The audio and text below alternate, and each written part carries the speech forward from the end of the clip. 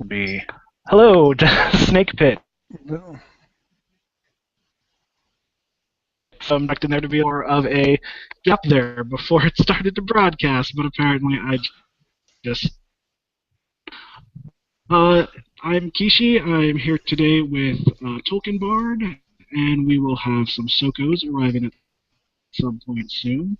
And we are here to talk about this week or the past week, and the upcoming week, and any other weeks we wish to discuss in Diamondbacks baseball.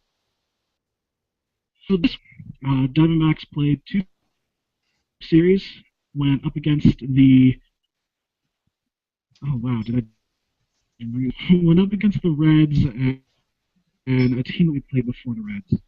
Good work, Devin. Went 4-3 on the The week to Padres. end up with a record on the month of the Padres. It was the Padres. I do feel like I'm seriously lagging here. Great. But we You ended up are lagging. one game over 500 for the month of May. Yeah, yeah, great. Okay, so Tolkien Bard, your thoughts on the week and the month in general? Well, I can't really complain with the month, especially given how poorly we played in March and April. Playing one game over 500 in the month of May was rather refreshing. Plenty of great teams have 500 months. Unfortunately, we had to precede ours by being 14 under 500 to begin with. Um, the week's kind of a mixed bag. I liked seeing Colementor dominate for a game, even if I still think he should probably be in the bullpen. I'm warming to the idea that he's going to be a starter the rest of the season, and I think I can get on board with that. A.J. Pollock has continued to be hot until he had to go up against Johnny Cueto, who apparently was really afraid of him or something like that because he had already gotten a hit against him. So now he's got a broken hand, and I'd be kind of surprised if we get to see the real A.J. Pollock again this season. He'll probably be back in a couple months, come the beginning of August or something like that. But we all saw what happened when Aaron Hill came back. It took a while for that power to come back around, and it's not like A.J. Pollock is known for his power as it is, even though he has beefed up some. Uh, the Diamondbacks are still horrific at home for whatever reason, and it might just be a crapshoot of the schedule where we're happening to win more on the road than we are at home. But that's not how you're going to get fans to go to the games, and I don't see Kendrick being real thrilled with poor home attendance, and I can see that as being an excuse to start making cuts, maybe even cuts that shouldn't be made. This team needs to start playing better at home, and it's about time Brandon McCarthy goes to the bullpen and they give somebody else a shot. Yeah, I think that I mean, Colementor probably was really the highlight of the week. Obviously, with that outing, I don't think many of us, if anyone, would have guessed that he had that start in him. Um, Yeah, if so you were really to good to tell see me that, Colementor play sorry. like that. Oh no. Sorry, it's a problem if I'm lagging. Then if I'm not sure when to pause when you're talking. But yeah, but the Pollock injury just raises so many questions about our outfield depth. So go ahead with your thoughts. Yeah, if you were to tell me that we were going to have a pitcher throw a complete game shutout and do it in under 100 pitches, my guess, I think probably Coleman would have been last on my list of people I would have guessed to do that. I could have easily seen McCarthy having. We've seen McCarthy be that good before. I don't know where that McCarthy went. I don't know if we'll ever see that McCarthy again. But having seen a McCarthy that was borderline that good before, I could have believed that. I could have believed it even if he'd said it was Miley, despite how he's done so far this year, because we know that Miley has flashes of brilliance in him. Heck, even Delgado has pitched a shutout before. I would have believed all these. Josh Colemanter pitching a shutout that dominant, pitching a Maddox, I would not have bought into really easily. Yeah, and I think that, I mean, I guess it is. I guess in a way, it's kind of, we look at Josh Colemanter and we just think of him as sort of the steady hand in the bullpen, who he's not going to do anything flashy, but he's going to give you some innings. But I mean, he's had good outings. I mean, I just don't think anybody expected that good of a start from him. So it was great to have a pleasant surprise for once. Yes, it was. And it was one of those, everybody that was coming up to the plate, I mean, they looked comfortable going 0 for 3 and 0 for 4. I mean, he was just, it wasn't like he was dominating to the point where you could see guys starting to sweat that this was going to be a complete game shutout. You never really saw that from the other team. They got into the box and they looked ready to do some damage, and he kept getting them to hit it off the end of the bat or just get on top of a ball or just get underneath. They couldn't square anything up, and when they did, the defense was in the right place at the right time. It's not something I would expect to see him do again. Now that I've seen him do it once, we know he's capable of doing it, but I don't know that I actually would ever expect him to do it again, at least not to that level. Yeah, no, I mean, it's you don't look at Colemanter and think that he's, like, yeah, even having watched him have that start, you don't think that you feel like there's a significant element of luck in that. Absolutely. So you don't really have the confidence that it's going to follow through. So, like I said, we did have a fairly decent May. I mean, a game over 500 after the way April went, it's definitely a step up. So we appreciate that. But with losing AJ Pollock, how do you see? Do you think that we need to really start worrying about the outfield now? One of the things I was noticing is that Cody Ross is hitting something like 214, and I know it's the same worry we've always had with Cody Ross. If he's got the power, if he's got the bat for the guy he's supposed to be, and he doesn't seem to have it, which again might go back to what you were saying about coming back from injuries. How much trouble do you think we're in, basically? Well, I think the team itself is in quite a bit of trouble, and it has been since day one because there wasn't much depth to begin with. Mark Trumbo's coming back in about 3 weeks, but my thoughts on Mark Trumbo are already pretty well known as being a mediocre kind of addition to the team as it is. Cody Ross is hitting 184 as of today, and that's after 109 plate appearances. He is absolutely not ready to be back. The Diamondbacks' left field for the season is only batting like 230 or something like that. I was looking it up earlier, with 8 home runs and a slugging percentage under 400, and 7 of those 8 home runs came from Mark Trumbo before he went to the DL. This team has no depth in the outfield, and it lost one of the 2 or 3 best players on this team with A.J. Pollock getting his hand broken. There was never going to be any way to make up that kind of loss, but the fact that we haven't been able to field a competent left field all season long has now had the loss of A.J. Pollock in center field added to that. Gerardo Parra can play center. I have a feeling he's going to start playing a lot more center because I don't think you can run Inciarte out there every day. And Ross certainly doesn't show that he has that kind of range anymore. It'll be interesting to see how David Peralta does now that he got the call up.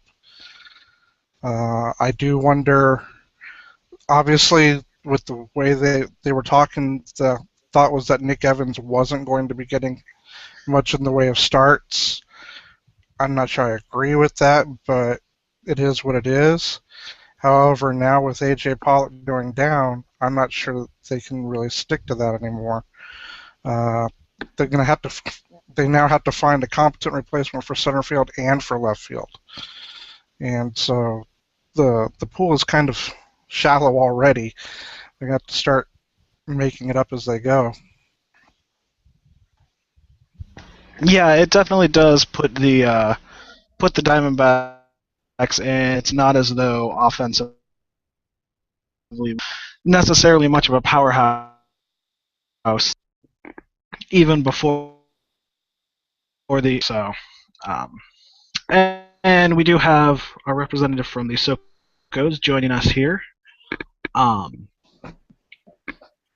Any particular thoughts on the on how the past week went and the injuries we faced, Liz? Oh, you want to talk about the Diamondbacks? Because all I want to talk about is the Blackhawks losing. Oh no! It's sad. I mean, yeah, it just happened. It just happened. I'm in sad point. No! No! It's gonna be the Kings versus the Rangers. It's like Hitler versus Stalin. Whoa. Ew. People actually watch those teams? No, I'm not gonna watch. I give up. I give up on everything. Even though there's one Stahl brother in the finals, I can't watch. So sad. Anyways, Pollock. Losing Pollock is sad. I think he was doing really well for us. So it's bad that we lost him. But we gotta be, I mean, I know it's only June, but we've got to start being fair and say that the best outcome of this season is just to get back on steady feet.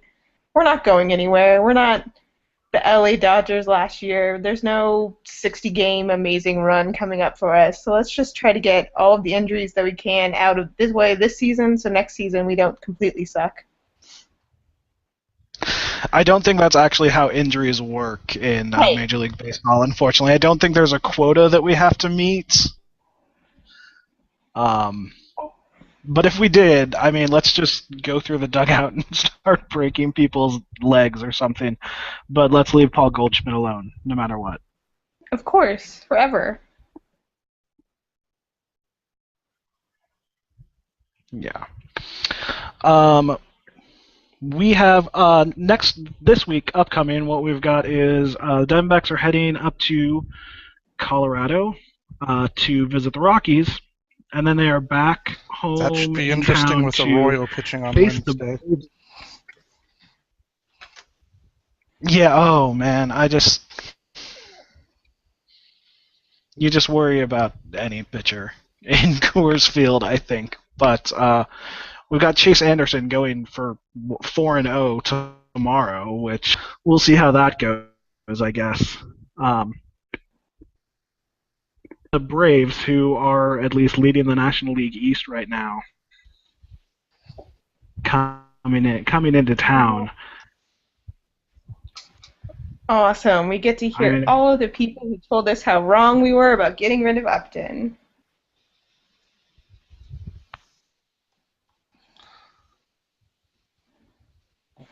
Well, let's be honest, those people were going to tell us about it anyway. I mean, no matter what was going on. But,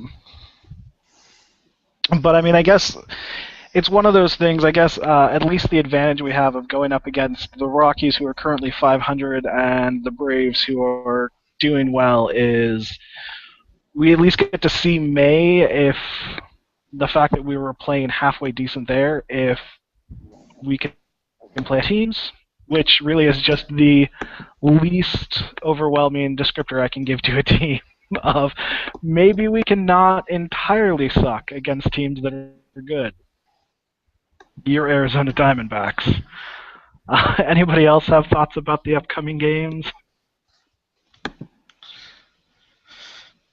I'm really hoping that McCarthy doesn't make another start, actually. He leads the right. He'll be pitching. Let's see. Yeah, he'd be pitching Thursday in Colorado. Right after Bronson Arroyo is going to be pitching in Colorado. I don't have high hopes for us keeping this as a low-scoring affair, and I don't have high hopes that our offense is currently poised to outslug the Colorado Rockies in Coors Field. That's kind of a tall order. As far as the Atlanta Braves coming through, I'm far more worried about what their pitching staff is going to do to our offense than what anybody says about losing Justin Upton or Chris Johnson or any of that kind of stuff. Those that don't like the Upton deal are never going to like it, and those that do love it are going to do everything they can to defend it despite the diminishing returns we've been seeing. Hopefully Brandon Drury actually is the real deal, though, at third base, and we'll all feel better once he finally gets here in 2 more years.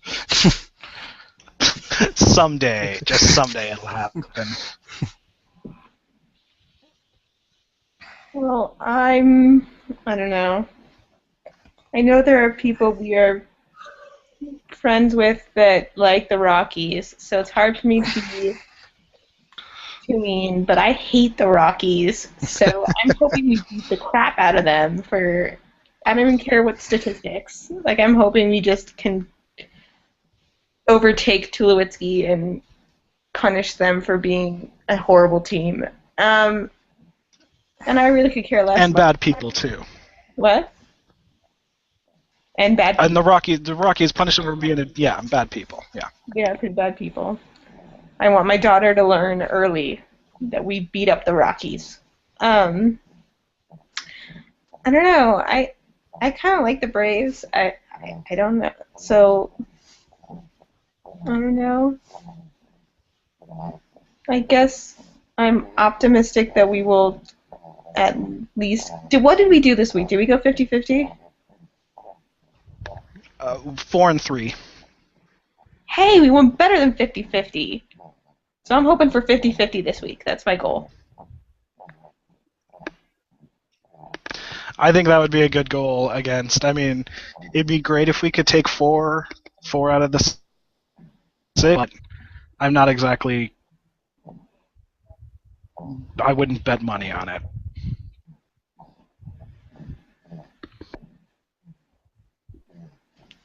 Yeah, I'm thinking a 500 split between Colorado and the Braves is reasonably about the best to be expected. I'd like to say we could take 4 or 5. I just don't see this team having that in them anymore. Like I said, I don't see us having the offense to keep up with Colorado in Colorado. Not with Pollock going down, left field pretty much just sucking, our pitching not being as sharp as it was. There's just way too much to overcome in Colorado. I'll be glad when we take at least one of the 3 there. Atlanta's pitching is going to own us, but I think we actually have a better chance at containing Atlanta's offense than we do of Colorado's offense, so I could see us taking 2 or 3 from them somehow. Possibly in surprising ways. Going to the thread, we have a question here from Four Corners fan. Came up from Mobile, as did Goldie a couple years ago. If these players are good enough to pull up to the AAA Reno doing, is it just situational? If Peralta is good, why wasn't he in AAA Reno? And I've seen, I know that there are other players who had come up straight from Mobile. I want to say Mark Reynolds, but I could completely be making that up. And I'm not positive, but from what I've gotten from Mobile has been much more of a teaching playground. And if you're developing your skills, you go to Mobile and then you jump to the majors for the Diamondbacks. Reno is kind of where it seems like you get put when you backfilling, basically, or when you're a backup option. And I could be wrong about that. Anyone else? Liz, you look very different than you did a moment ago.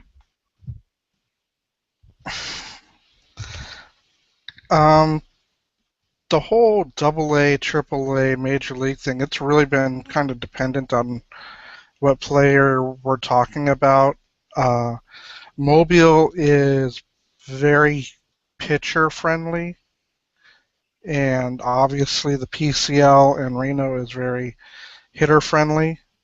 I think you're going to find a lot more pitchers going from AA to the bigs than you will find hitters, simply because the PCL is a great place for them just to get absolutely crushed for no apparent reason.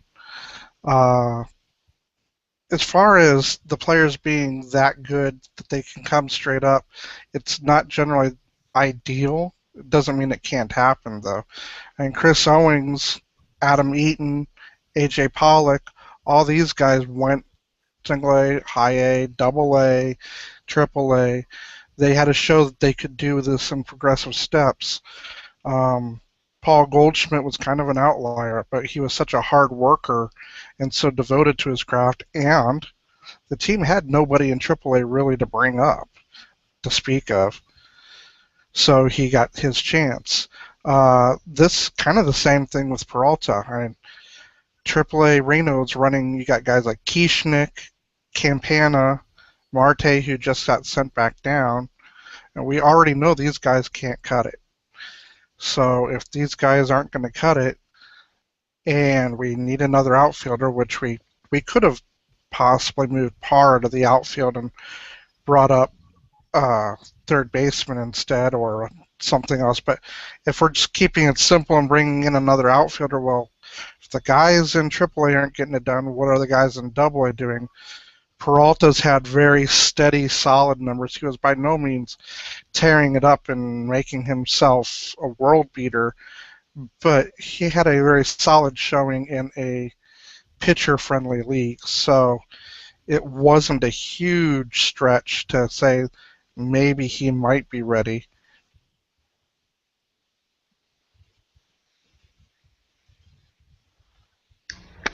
That makes sense. I was going to say it also seems more like the guys who we get up in AA are seeded more often, so it makes it seem like it's more of a matter of necessity.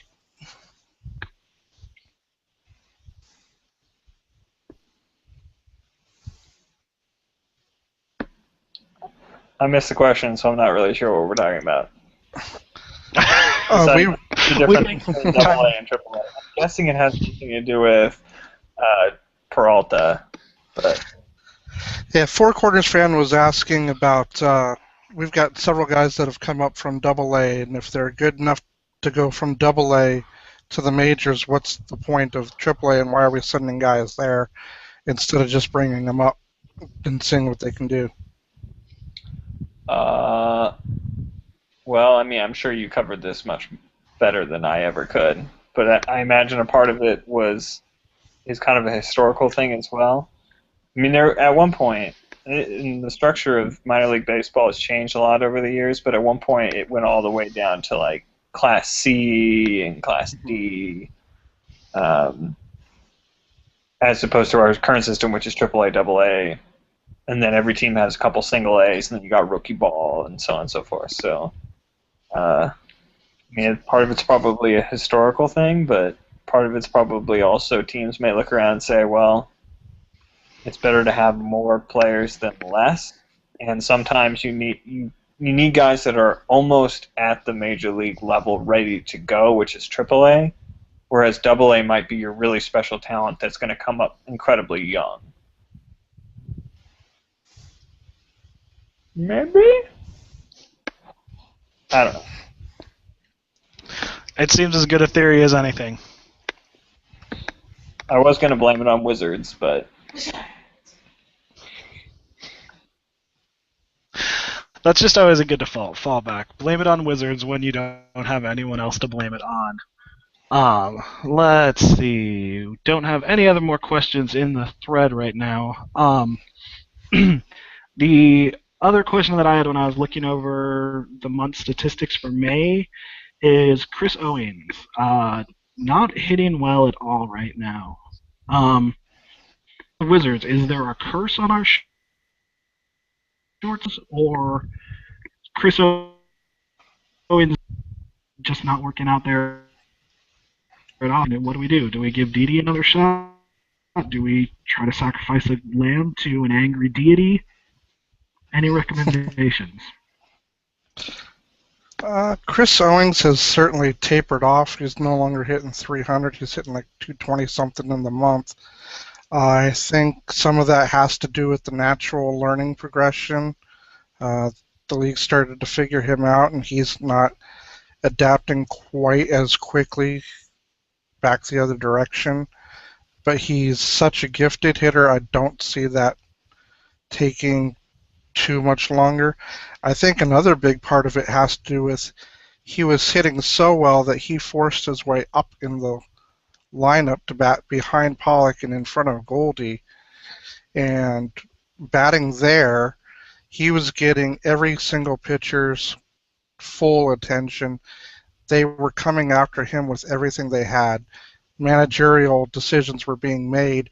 Pollock was coming, Owings is coming, Goldie is coming. These are guys we have to get our best arms in there to face. When he was batting down in the order, he was getting pitched around a little bit more.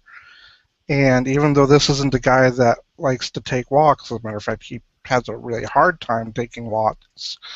When he was batting in front of the pitcher, he still understood when he was being pitched around.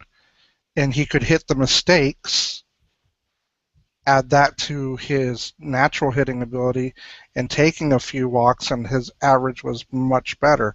He may be a guy that winds up just being a seventh or eighth hole hitter, much better than hitting up in the order. I'd love to see him batting second the way he did throughout March and April. But if he has to stay down in the order to perform that well, then so be it. And there is still benefit to getting a fast guy on in front of the pitcher who, when the pitcher's up, you're not worried about distracting him. Let Owings get on in front of him and use his legs to get over to second or third, or take that sacrifice and get himself into scoring position for Pollock. There is something to be said for having a good hitter down there. Yeah, that's pretty much probably what I would have said about him struggling. I don't think there's any point in swapping him out for Didi after only 2 months, especially after only really one bad month, because I think, and I prefer that they were going to approach this season as whichever shortstop they were going with was the one that they were attempting to develop for the future, whether they were making a decision one way or the other, and to actually give that guy a shot instead of bouncing it back and forth and stunting both of their developments. It might not be Chris Owings in the long run, but I think it might be better to give him a shot to work through this and figure out how to make those adjustments and become an actual major league hitter instead of a guy who got really hot one April. Absolutely. I don't think you can continue the is it Didi or is it Owings. Didi, didn't win, so Owings won the shortstop battle out of spring, and he's the guy, and they needed to just stick with that. If Didi comes back up, it needs to be because Hill is gone or knock on wood, something happened to Owings. But if Didi comes back up, it's because Didi and Owings are both on the team, not because they've changed their mind yet again. Owings isn't going to get any better in AAA. He absolutely destroyed AAA last season, and he hasn't performed poorly overall this season. He was incredibly hot, and now he's rather cold, but his rather cold is still better than some of the other hitters we're running out there, so I'm not terribly worried about him. Now, if he has a June that looked a lot like his May, and maybe he starts going into July and he's still struggling just as badly, now maybe I start wondering if he needs some time off and we give Pennington some more starts, or we start moving Owings around and having him spell Hill and giving Pennington starts, or giving spelling Prado. I'm not sure what we do at that point, but I'm not giving up on Owings before this season is completely finished. I think he needs a whole season to show what he can do. Especially when they first come up, some of these guys, it takes them a while to adjust to the league having figured them out. They aren't easy adjustments to make, and these are like the best 1% of baseball players anywhere. When these guys figure you out, it means going back to the drawing board and adjusting your approach. Like I said, I think part of that might have to do with him batting back down in the order. So if I've got this right from both of you, you're both counseling patience and just letting a player develop. And I would just like to point out that this is America and this is the internet, and I want change now. Okay. Well, I guess our other option could be he's a clubhouse cancer, and we could trade him to the White Sox for... who could we trade him for? Oh, we do need an outfielder, maybe Visetio. Or we could throw Dunn back out into the outfield. Oh, there we go. Yeah. Okay. I was thinking something a little bit like crazy than putting Dunn back in our outfield. Like, I don't know, maybe turning Owens into a cyborg or something. I don't think that's specifically prohibited by the rules of Major League Baseball, but I could be incorrect. Yeah, I don't think there's a rule that specifies that a player has to be 100% human.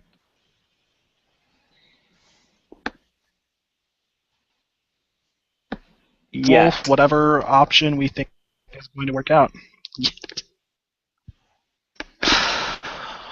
Yeah. All right. So that generally covers most of the baseball topics that I think we had. So let's see. No other questions in the thread, so I will go to some questions I got on Facebook. These are very important questions, so I hope you guys will give them your full attention. This one is from my sister. Who would play your fraternal evil twin in a remake of your life?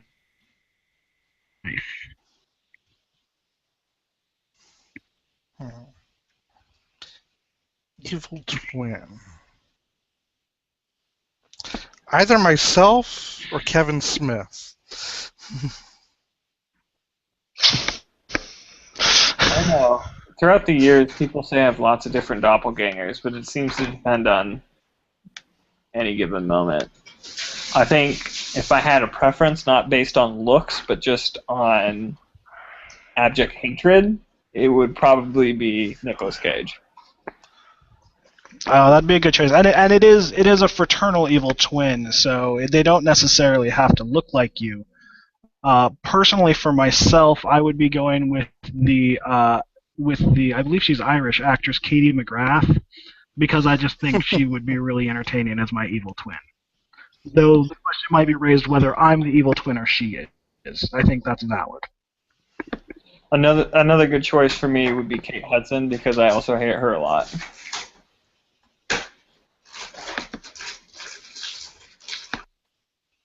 it could be like a really terrible like roast with Hudson as evil twins. How to lose your twin in 10 days. That could work. Or like a title something like Finding, which just sounds like a romantic comedy, but then you turn it into a mystery about evil twins. Well, Kenneth Branagh has done the noir thing before. I could see him being my evil twin as well. That and the fact that he's also got the British accent. So, he's done noir, has the British accent. I can go there. I think the British accent makes him at least 25% more evil. So I think that's a good choice. Kenneth Branagh's a good way to go for that.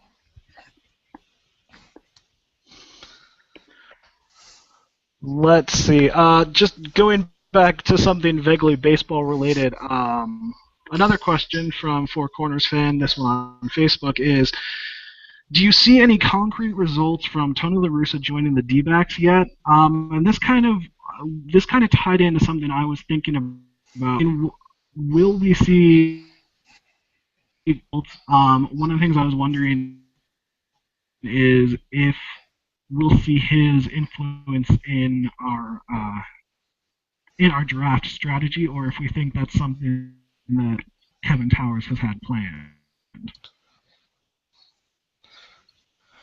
Well, I don't think Towers or La Russa is doing the majority of the draft strategy. I think obviously both of them are going to be involved in the first couple rounds and giving the final, this is the guy I want.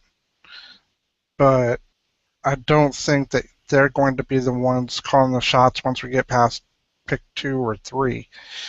As far as seeing, it is still a place we may see a La Russa influence, though, especially if it winds. There's a few names that they come with risks that if they fall to us, I don't have confidence that Kevin Towers would roll the dice on them like Beattie or Hoffman, but that's just me speculating.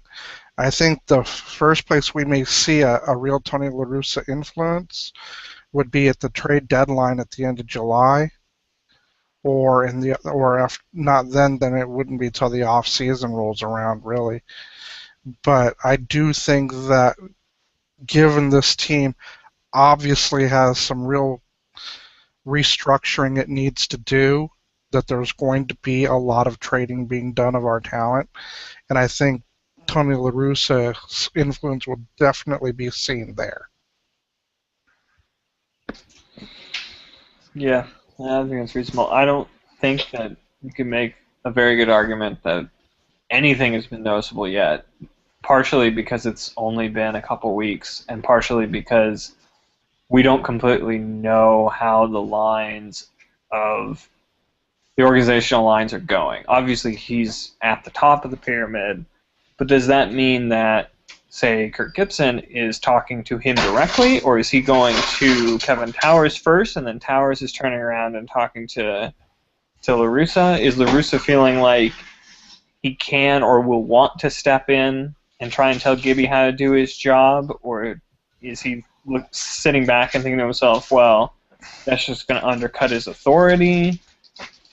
There's a lot of different ways that, it's hard to say what precisely is going to be happening for a while. And I wouldn't be surprised if he's sitting back, kind of trying to analyze things, learn about the organization and what they're doing as best as he can, and then trying to implement whatever vision it is that he has. I wouldn't be surprised if the first noticeable effect isn't so much what they do, but what they don't do.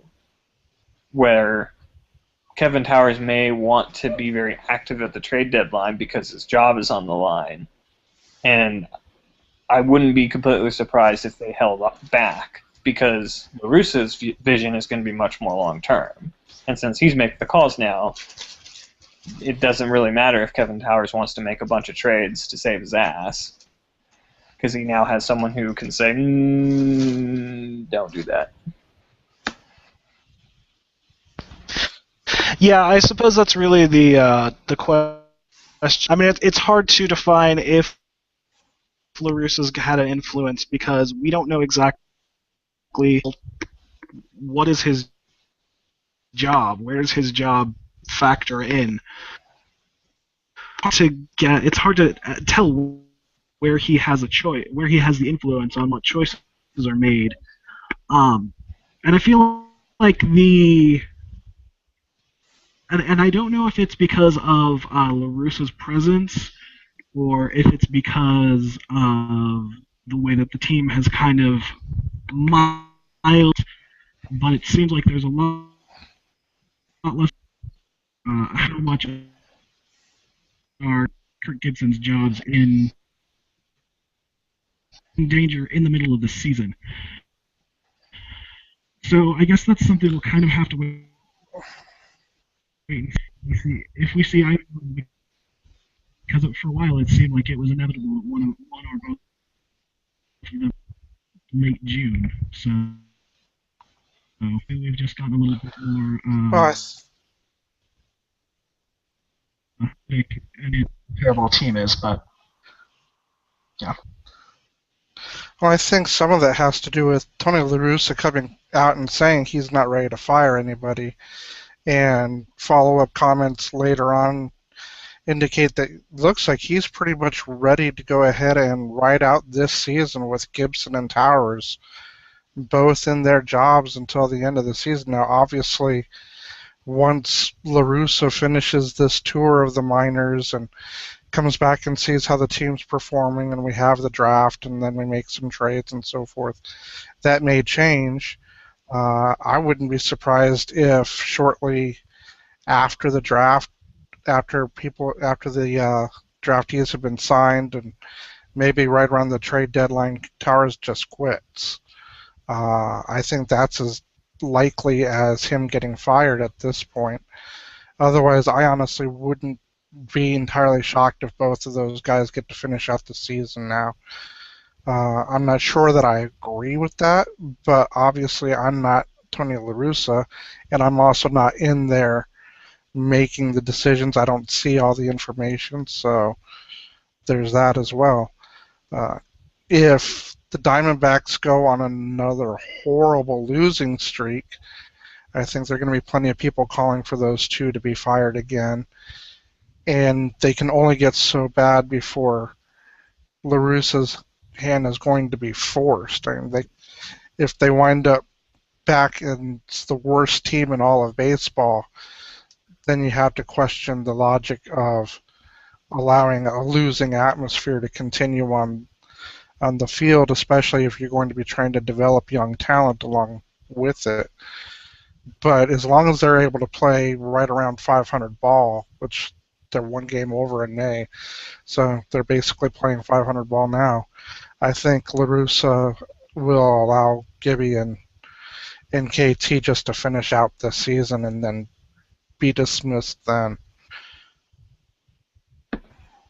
Here's a potentially interesting question. Does Kevin Towers get another GM job? Or at least, does he get one anytime in the immediate future if he leaves or is fired from this one? I'm not sure he gets another GM job. I'm not even sure. Well, I'm sure he probably would enjoy another GM job. I think if he stays in baseball instead of retiring, he probably winds up going back to where he came from, which is the scouting department. He used to scout pitchers. He had some decent success doing that. He identified a lot of really good bullpen arms over his years. I question some of the people he's brought in here, but I kind of wonder how much those decisions were influenced by the fact that he is now a GM for a team willing to spend money, which is something he had never been before. And I kind of wonder if he got away from what his strengths were and decided he was going to try and play like the big boys and realized that just because we're willing to spend money doesn't mean we have lots of it to go around, though. We can't afford to make big-ticket mistakes. We can afford to sign big-ticket talent, but it has to pay off when we do. that's something he didn't have with the Padres. The Padres, if the talent was going to be high priced, it was time to be sent off. So he had to continually work with that shoestring budget and maximize all his talent. He's never been any good at drafting. Even when the Padres were good and they were willing to spend, he was never good at drafting. So I'm kind of hoping that Ray Montgomery really is the guy in charge this year, like I'm kind of assuming he will be. But yeah, I don't see Kevin Towers necessarily getting another GM job. He seems to be well liked throughout the industry, but I don't know that that necessarily translates to the rest of the industry really respects his ability to be a GM for a major league team. I was gonna say maybe, like, I don't see him getting a GM job with one of the big teams, but like you said, he's had success with small budget. Well liked, it's entirely possible that, I mean, somebody, a small team will take a chance on him, and maybe that'll work out for them. Maybe not. I don't know. I just time when it's no longer our concern.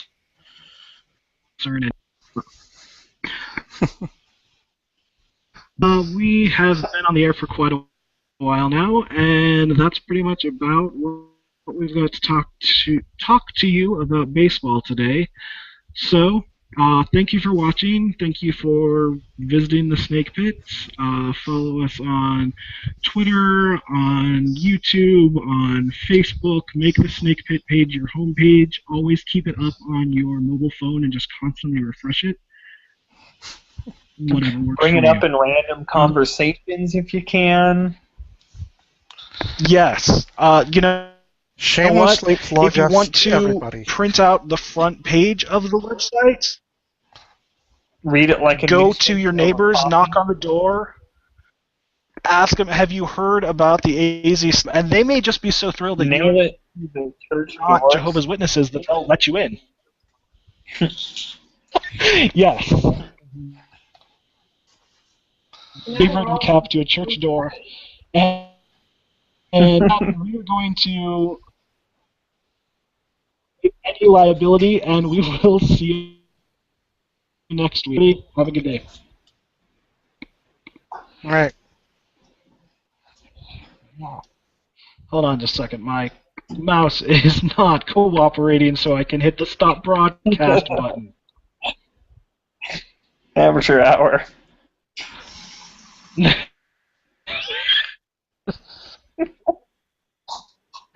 goodness.